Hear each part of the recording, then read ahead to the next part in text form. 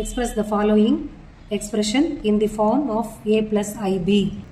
Okay, நியூமரேட்டரில் இந்த ரெண்டு பார்ட்டுக்கு நடுவில் எந்த சிம்பலும் இல்லை, மைனஸ் ப்ளஸ் இல்லை. ஸோ இது எல்லாம் மொத்தமாக சேர்ந்தது ஒரு டேர்ம். ஸோ இது பார்க்க ஏ ப்ளஸ் பி இன்ட்டு ஏ மைனஸ் பி ஃபார்மில் நியூமரேட்டர் மட்டும் இருக்குது. அப்போது ஏ ஸ்கொயர் மைனஸ் பி ஸ்கொயர்னு எழுதிடலாம். கீழே பாருங்கள், இங்கே மைனஸ் இருக்குது. ஸோ அப்போ இது தனி பார்ட்டு, இது தனி பார்ட்டு, அப்படி தான் சால்வ் பண்ணணும். ஓகே, மேலே a square minus b squared formula 3 square minus i root 5 the whole square divided by, இதை அப்படியே பிரித்து எழுதுங்க. ரூட் 2i மைனஸால் மல்டிப்ளை பண்ணால் minus root 3 plus i root 2.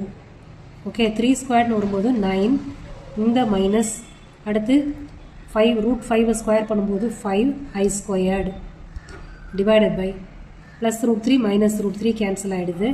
இது ரெண்டும் சேர்ந்து 2 ரூட் 2iன்னு வருது. அப்போது இங்கே 9 மைனஸ் ஐ ஸ்கொயர்டு அப்படின்னு வரும்போது minus 1. So minus into minus plus 5 divided by 2 root 2i. இங்கே 14 டிவைடட் பை 2 ரூட் 2iன்னு இருக்குது. ஸோ இதை சிம்பிளிஃபை பண்ணலாமா செகண்ட் டேபிளில்? So 7 by root 2i.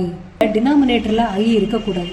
அப்போ என்ன பண்ணணும்? Multiply and divided by i போடணும். இங்கே ப்ளஸ் ஐ இருக்குது. ஸோ மைனஸ் ஐயால் மல்டிப்ளை அண்ட் டிவைடட் பை பண்ணணும். அப்போ என்ன வரும்? மேலே மைனஸ் 7i வரும், கீழே ரூட் 2 இன்ட்டு மைனஸ் ஐ ஸ்கொயர்டுன்னு வரும். சரியா?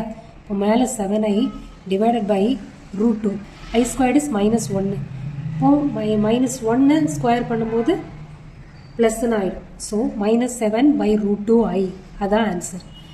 அப்போ இதை எப்படி பிரித்து எழுதலாம்? கொஷின் வந்து ஏ ப்ளஸ் ஐபி ஃபார்மில் எழுதணும்னு. அப்போ இது இமேஜினரி பார்ட்டு தான் இருக்குது. So real part 0. So 0 minus 7 by root 2i.